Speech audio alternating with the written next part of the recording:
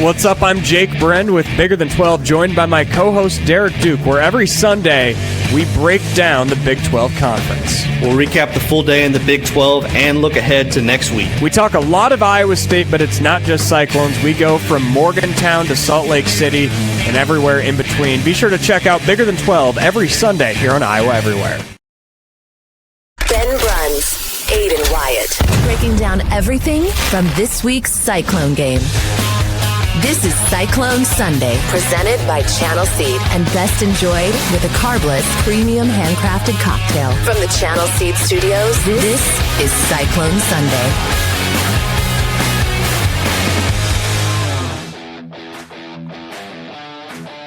How about them Cyclones? It wasn't pretty, was not pretty by any means, but we are here. This is Cyclone Sunday from the Channel Seed Studios, presented by Channel Seed. For the first time in like a month, it's a victory Sunday. Bruns, how we feeling? Morning after Iowa State snaps that 4-game skid.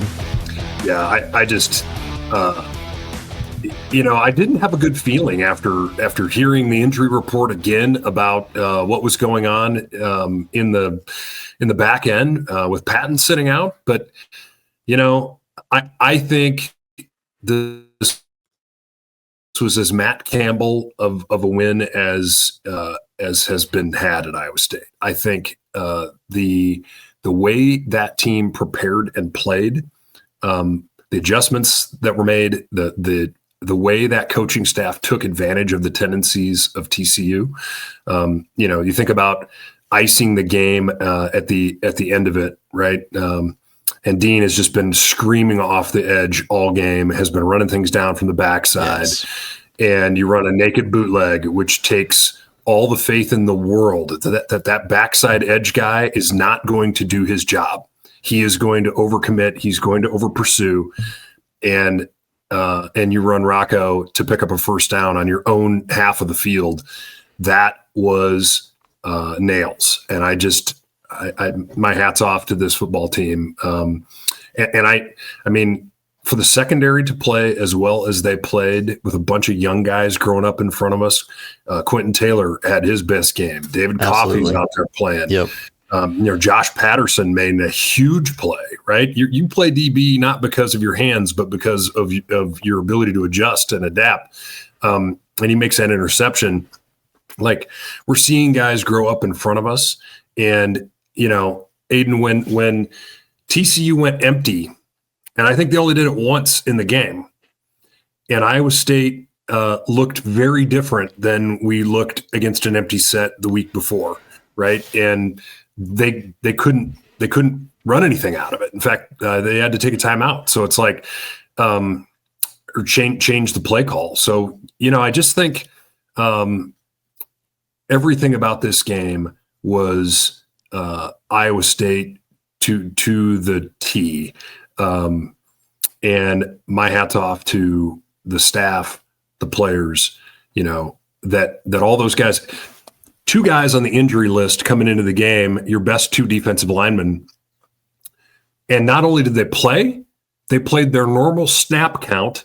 Yep. And they got after it, right? Like, you're at an inflection point that really tests the mettle and the culture of your team.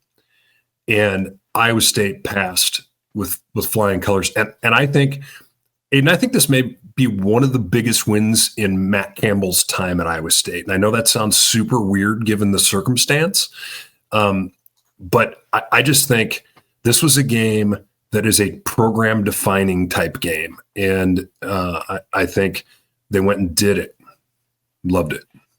Yeah, this was a culture win, man. I mean, backs against the wall. Everyone has counted you out. What do? You go down to Fort Worth and you beat a pretty good TCU team. And I thought, the last, like we said, it's been over a month since Iowa State woke up Sunday victorious, but the coordinators have caught the brunt of this losing streak, I think, whether it was, man, the defense just wasn't enough today. Haycock has lost it. Or, man, the defense was good. The offense just not good enough today. Like you said, that 4th down call on the naked bootleg, it that was Taylor Mouse. Like, that's where he is at his best. When he is calling plays against the defense's leverage like that, where you essentially go at a guy who has all the confidence in the world right now and has made a play of defense all day long. And he gets into the backfield and he's ready to make a huge tackle. And where's the ball? Oh, it's on the other side. It was an unbelievable play call. And that's one that, you keep in your back pocket for moments like that, and absolutely perfect play call. Yeah, it was. And it actually takes me to my nostalgia moment since we're talking about it. We have a great sponsor in Nostalgia, THC Seltzer. And in 2000, we started the game at Iowa with a reverse. And the reason we started the game with a reverse was because Steve Loney knew that Aaron Campman was going to over pursue, especially early in the game. And, that kind of a play is not an easy play call on first down to begin a game. Just like it's not an easy play call to do a naked bootleg against a really talented, the best player on that defense yesterday. But in fourth down, when it's the game on the line, right? But both of those coordinators made that call, and they predicted exactly what that backside, defensive end was going to do, and they led to huge plays in the game. So, great play calling matters. And, part of the reason why that was set up in both of those situations is because Iowa State can run the football. Iowa State can move people with their offensive line. They have tailbacks that can run the football. And that opens up a lot of things. Yeah, Alex Kukin tweeted, it was kind of funny. He said, now that Iowa State's won a game, this stat actually matters. Iowa State has had 4 straight games with a 100-yard rusher. I can't imagine that has happened since Breece Hall departed Iowa State. Yeah. That's big time for where this offense is at right now, struggling to throw the ball. Yeah, it really, really is. And, you think about just all the kinds of things that it lets you do. And what I loved about this game in terms of play calling, we're without Gabe Burkle in the game, and still Iowa State mixing guys in. Moore was awesome. They brought him in motion a bunch of times, and that exposed what coverage was being played, and it allowed them to have the flexibility to have an additional blocker at the point of attack on counter power game. I just thought the blend of run play calling in the game was outstanding, and I really thought both running backs had a really good day. Yeah, absolutely. One last thing I want to touch on here on offense before we go to the defense. It's my Wyckoff Heating and Cooling Comfort Zone Player of the Game. Head over to Wyckoff Heating and Cooling for peace of mind under your roof. Go to Wyckoff Heating. Call Wyckoff Heating and Cooling or go to their website. I feel like I'm a Heisman voter right now. I feel kind of bad making this pick, but I'm going to go Rocco Beck, baby. He was not great in this game. I think he was 9 of 24, I believe. 9 of 24, 111 yards, 1 touchdown, 2 interceptions. You look at that stat line and you think, how did he even make it through this game without being benched, especially after the last couple weeks? I thought that last drive, maybe the last 2 drives, was the more comfortable he has felt since September. And what I mean by that is the conversation over the last week or so between us and other people here on Iowa Everywhere is, oh my gosh, let's get the weight off of this guy. The weight of the world was on Rocco Beck's shoulders in terms of he had to make every single play on offense, it felt like. If they were going to win, it was going to be on Rocco. And the defense stepped up. You get a special teams touchdown from walk-on Aiden Flora. We'll get to that. And it feels like Rocco Beck kind of took a deep breath, and it kind of feels like he's back now. Especially when he was able to run the ball several times, it totally changed the game. the speed of his decision making in the game was outstanding, right? His understanding of what was coming at him from the defense, and then even the picks, right? Like those are freak plays, especially the one with Bramer with the pass breakup, right? Bramer goes up and gets that ball and brings it down, and it gets ripped out and gets picked. So that 2 plays for me in this game. And by the way, there were still drops. I counted 3 drops. There might have been more. I mean, we're second in the conference in that. And so, it's what, like, we drop a pass and then come back and make a first down on the same throw again, right? Those guys have got to lock that in because, it does cost you games. But Iowa State's so much better on third down in this game. And the 2 plays that stood out to me in the game were the play where he ripped off the 40-yard run, because he dropped back, he had great pocket presence, but he made the decision almost instantly, I'm going to run because these lanes are open. It's I got 4 yards to get a first down, and off he goes, right? Yep. And the second one was that throw to Eli Green on third down, backed up in our territory to run the clock out or get close to it. That was an absolute confidence throw. Stepped into it, delivered it on the money. Perfect throw and a great read. You just saw how clear his eyes looked as he led everybody through that game, and easy to get down on yourself, right? The 2-point conversions aren't going your way. This is so. I think very few of us, if any of us, understand the kind of pressure that this team has felt this year, especially as things have started to go bad, right? And to be as focused and as diligent and as complete of people as they are at this moment in time in this season is a huge tip of the cap to these kids, this program, these coaches, the leadership inside of all of it.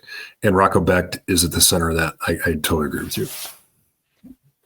Yeah, and Jake Bren made a good point on the Cyclone Fanatic postgame show last night. Even the other interception that you didn't mention, it was still kind of encouraging that he put the ball out there and gave his receiver a chance. Yeah. It didn't work out, but great play by the DB. Great play. He's like the best defensive back in the Big 12 probably. Yeah. So that's sometimes the other guys make plays too, right? Yeah. And it's happened to Iowa State a couple times, and we got to not beat people up for doing what they know to do when matchups are favorable, right? And so you got a wide receiver you trust on the outside. You've made a lot. Eskilson's made a lot of those catches this year, right? Adjusted his body to go get the ball in single coverage, and DB makes a great play. Mm-hmm. Who do you have for your White Coffee and Cooling Comfort player of the game? I'm going to go with Brzezina. I thought Kale Brzezina just showed up in a lot of ways all over the field, and he's 8 tackles yesterday. We hadn't talked about him a lot, and he's one of those guys that he's a freak athlete, injured early in his career, and just riding that line between athleticism and physicality, and I just think he played some of his best football. But I'll tell you what, I really think that there were a couple other fantastic performances. I mean, I think it was the best football that we've seen from Isiagu. I thought he was awesome, showing up all over the place. That defensive front, just like, there's 3 guys are getting blocked all the time, right? It is a pain in the butt playing in that front. But Zamir Hawk, he just keeps showing up and making plays when he's in at that nose guard spot. So I think there's a lot of guys in this in this defensive unit that deserve a shout out. Drew Surgis with a couple huge plays in the game. Trey Bell with some huge plays in the game. Trey Bell legacy game, man. That was he was incredible on Saturday. What a terrible holding call on him when he's getting face masked and dragged to the ground.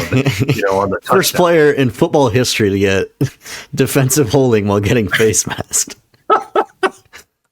But hey, these things happen, right? So I think Iowa State weathered the storm of an unevenly officiated game as well. Worth noting, that was the same crew from the Colorado game. So can't imagine they'll be doing any Iowa State games here in the near future. Yeah. I just Quentin Taylor, the amount of growth that he has shown this season, just in this stretch of a handful of weeks, sometimes, Aiden, when you get thrust into a starting role or you have to play a lot as a young guy, it doesn't, the first few times you play, you don't even know if that was good or bad. I mean, I remember playing in a game and I got called out afterward by Coach Loney. I thought I played pretty well, right? Like, you just don't have a benchmark for that as a freshman, right? And these guys are growing up in front of our eyes, and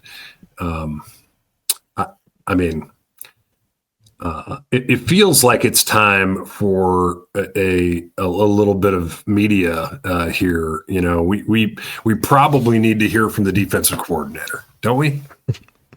Maybe just a little. Let's hear what John Haycock said to the defense in the locker room after the game. You kept swinging the pick.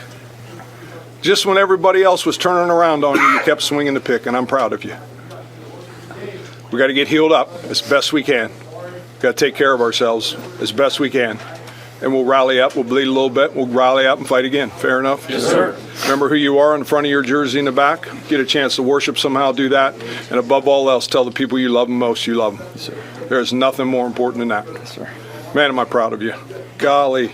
Some of you guys, I'm telling you, just when they think we can't go no more, man, we can still play defense. How do you win? Defense! How do you win? Defense. My favorite part, just touching on what you said, my favorite part about seeing all these young guys play is when they have those not so great first, second, third games. Like the one that comes to mind is Tyshawn James last year against Kansas. He looked totally lost on the field. And then the next week, I can't remember who they played the following week. Might have been Kansas State. Anyway, it doesn't matter. Yeah. He was phenomenal. Yeah, and we talked last week why Iowa State shouldn't abandon the 3-3-5, and it was strictly based on these guys just haven't played enough, pretty much. It feels like everything kind of came together yesterday. We have Cooper Ebel playing like a madman. He's been unbelievable the last few weeks. Caleb Bacon was huge yesterday. Caleb Berzina, Marcus Neal, Drew Surgis, Quentin Taylor, Trey Bell. It's just, you go down the line, Dom Orange, Zamir Hawk, all these guys, Patterson, another young guy. Yep. It's all coming together. You wish it would have come together a little bit earlier in the season, but defense on Saturday was the best it's looked probably all season. You look back to the Iowa game and it was maybe a little bit better there, but in terms of where you're at right now, this is a really stout defensive unit led by one of the best defensive coordinators in the country. Well, and Aiden, I just want to pause for a second and reflect on a couple things that Coach Heacock said in that statement to those guys. It wasn't just about playing football, right? It wasn't just about showing up, right? That was what he started with. But, what really matters in life? What matters in life is your relationships and how you show up for the people that you love and how they show up for you. And, when everything goes well, you don't experience moments like these guys have had to experience, where you come down to what actually matters in life. And, to see that leadership and, hey, go worship, go get healed up. Right. Like just, I have an immeasurable amount of respect for that man and for the leadership that he insists on for his group and for the team, and just how Iowa State is growing leaders. They're growing humans that are accountable, good people that will show up. And have priorities that are important, and in all the NIL and all the everything, all the distractions and the money and the TV and all the stuff. Like these games are horrible to watch in person because of the number of timeouts, right? Like, yes, it is just. Like we don't play football anymore. We have a little interlude in between commercials, And real quick, yesterday was unbelievable on the Fox broadcast. So we go from Indiana, Penn State, and they go through post-game interviews, and then like 12 commercials in a row before we even see Iowa State playing. I had the Fox Sports app on my phone watching it while I'm watching commercials on YouTube TV. I'm like, the game is happening. Why are... I was not happy. Anyway, yes, your point. Continue. But in person, these games are so hard to watch, right? Because the breaks, okay, so there's a 3-minute timeout. Well, here's a 2-minute timeout. And now they're stacked on top of each other. And then we play for 30 seconds and we take another timeout. It is a very challenging game to play and coach and officiate and be a fan of. The NFL has it figured out, right? The NFL has a formula. They have a rhythm. They have a consistency to it. College football is just trying to sell anything it can sell. And it's just, in the midst of all that, Iowa State is producing leaders and producing accountable people. And, I know that there's a certain group in all of us who want to say, well, yeah, but I want to compete for a championship. Yeah, right? For sure. But I'm going to tell you that this team this year is going to learn more about themselves and each other and life than they would have as part of a championship season. I'm convinced of that, right? Life throws you curveballs. And how do you hit them? So my hat's off to Matt Campbell and this coaching staff and these leaders and these kids, because I'm just immeasurably impressed. Yep. Well said. This is Cyclone Sunday presented by Channel Seed. Shout out to all of our Channel Seedsmen. They've been on board with Cyclone Sunday since the beginning, I believe. We thank them for their support here on Iowa Everywhere, as well as the Iowa Wild tonight, November 9th at 6 p.m. Join the Iowa Wild for their Hockey Fights Cancer game. The Hockey Fights Cancer Initiative unites hockey community to support those affected by cancer during the campaign. AHL teams host special awareness nights, often featuring lavender-themed elements like jerseys and stick tape. All fans in attendance will receive a special I Fight For cards to show their support in the rink for loved ones in the fight against cancer. Get out to the Casey Center tonight and support a great cause with our friends at the Iowa Wild. We also need to thank Carbless. We are tasting victory on this Sunday. It's Carbless premium handcrafted cocktails. With 1 second remaining in the game, it made you wonder if we were going to taste victory when that lateral drill started. And, this is one of those things that you practice a little bit on occasion as an offensive football team. And I used to hate practicing it because it's like, are we really like, what? What? Like, okay. It felt like such a throwaway. Man, yesterday, TCU did it the best I've ever seen it done and not score. Which tells you that Iowa State did a good job of not over pursuing. Right. And eventually something's going to go wrong for the opposition, right? They're going to throw it forward. They're going to throw it out of bounds. You're going to get the ball back. You're going to get them on the ground. Something, right? I mean, Matt Campbell's face. I do have an honorable mention Wyckoff player of the game, and that's Matt Campbell's hat. That thing's awesome. He puts the brand new polo straight out of the package on, and then he's got the hat that's been, through hell and back, worn and worn and worn and worn. He probably has 6 of those things, and nobody knows it. He just rotates them around. But I just the look on his face with when they told him there's 1 second left. Are you kidding? We're going to win this again. Of course we do. Of course we do. Yeah, right. Funny story. So we were getting ready for the CF post-game show, and I have a TV like right here in my office, so I'm watching the game as it goes final, getting ready for a show, whatever. Jake Brent hops onto the stream. He's like, yes, it's over. We did it. I had to tell him, like, the game's not over. There's a second left. And obviously pitchy woo-woo happens, and it was harmless, thankfully, but yeah, we texted about this. When they got the ball to the far side of the field, I can't remember what receiver had it for TCU. There were 2 or 3 blockers out in front of him, and I went, oh no. Luckily, they ended up fumbling it out of bounds, but it looked like it was going to be bad news there for a second. Yeah. It that was a long way to go with 1 second left, and but those guys did that very effectively, and so I just think it's really special how that team showed up yesterday, and you go back to the win in 2020. After the disappointing start to the season down at TCU, very similar kind of gritty, different day. That was so hot. It was just murderously hot at the beginning of the season that day. But I think another character win for Iowa State. And, a couple times this season, you've seen me, Aiden, with this backdrop behind me.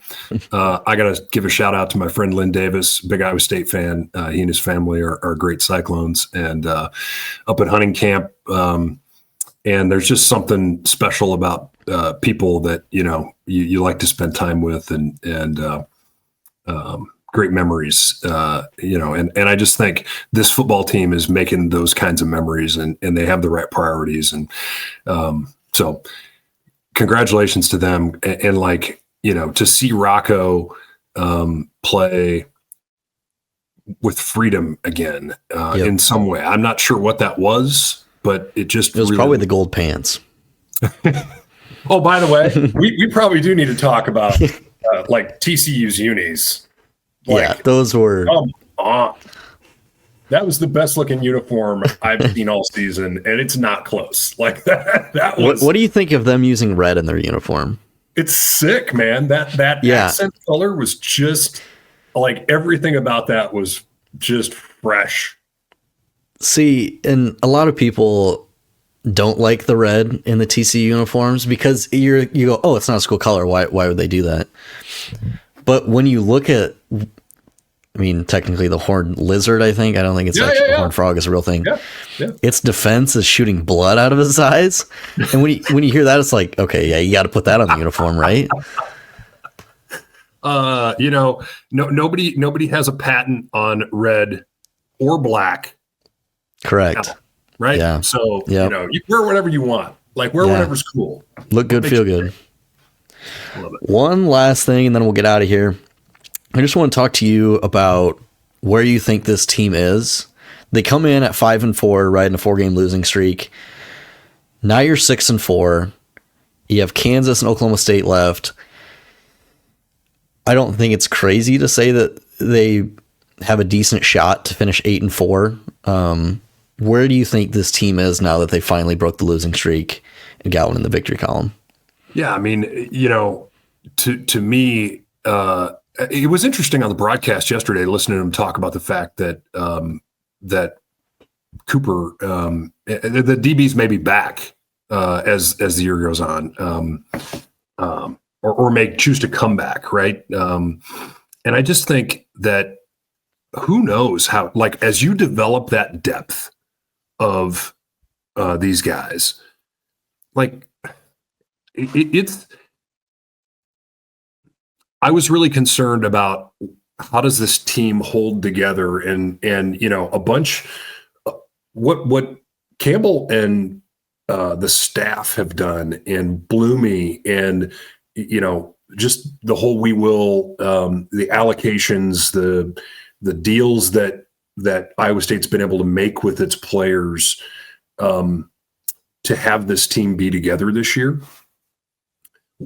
We don't know all the detail. Like, I mean, hell, Williams could write a book about it, but that's probably volume 2. But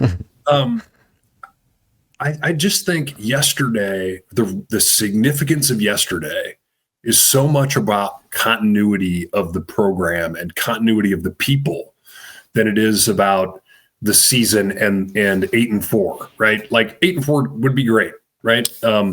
It's not going to be the season that anybody wanted at the beginning of this one, and that, guys came to do, right? They came to win a championship, and I loved to hear them talking about that. Now what they need to do is win next week. And that was always what they needed to do, is win next week. But, Yep. The question, I think, comes about you get a chance to have a bunch of young guys play good football and grow. Experience adversity. What happens next year? Because, I mean, those defensive linemen could have easily probably not gone in this game, and I don't know what the concern was and what the situation is and all that stuff. When I played, you played injured a lot, and there wasn't as much depth on our football team back when I played, and I mean, playing injured was kind of the norm. Right. And that I like the evolution of the game, that playing injured is not something that is the norm in college football anymore. Right. Because that's how you end up with like dumpster fires for knees and, spines that don't work, and, concussions that, have changed your personality. Right. But that was sort of the way of it. And, I think everybody is weighing, what can I do now to bring benefit to this, and how can I help, versus, what detrimental effect will this have, in the future in some way, shape, or form. And I just I'm grateful for the fact that this team is together. I'm sorry for what they've gone through, because, the injuries to begin the year certainly changed the arc of things in some ways. But man, the learnings out of it, if you just go win next week, win the week after that, see what happens with the bowl game, and then figure out what your roster looks like going forward, and what, how to be back in contention next year. Right. And to win it. I mean, Texas Tech has proved something significant yesterday. That win over BYU was convincing, and it's going to take money to win championships, I think. But it doesn't take a lot.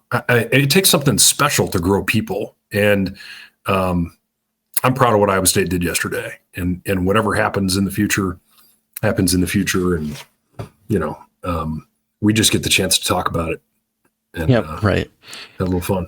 I lied. I have one more thing now, actually, because it's been 35 minutes almost, and we haven't even mentioned the Aiden Flora punt return. Oh, yeah. Speaking of guys who have really grown into their role, I would love to see Aiden Flora become this, in baseball, it's the 5-tool player where they can kind of do everything. I would love to see Aiden Flora. By the way, he spells his name the correct way, which is not common for Aidens like me, so shout out. But that 79-yard punt return puts the Cyclones up.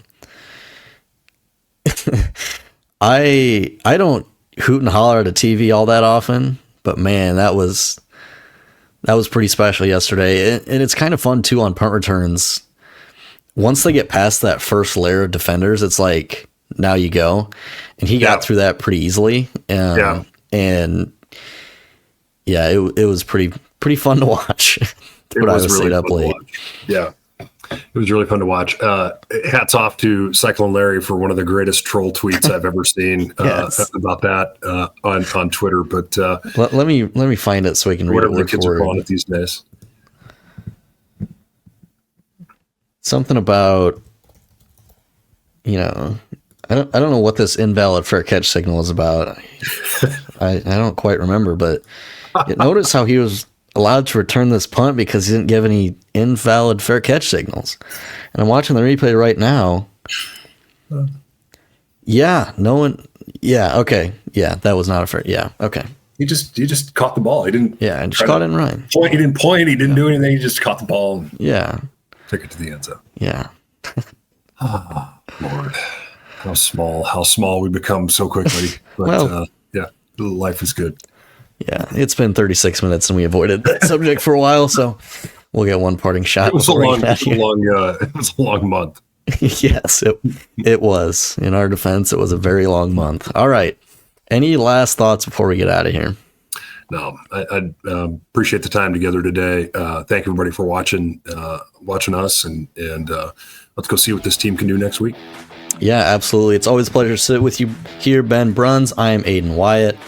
From the Channel Seed Studios, this has been Cyclone Sunday. Check out Bigger Than 12 later today on Iowa Everywhere. Iowa State's on bye next week, so we will see you 2 weeks right here on Iowa Everywhere.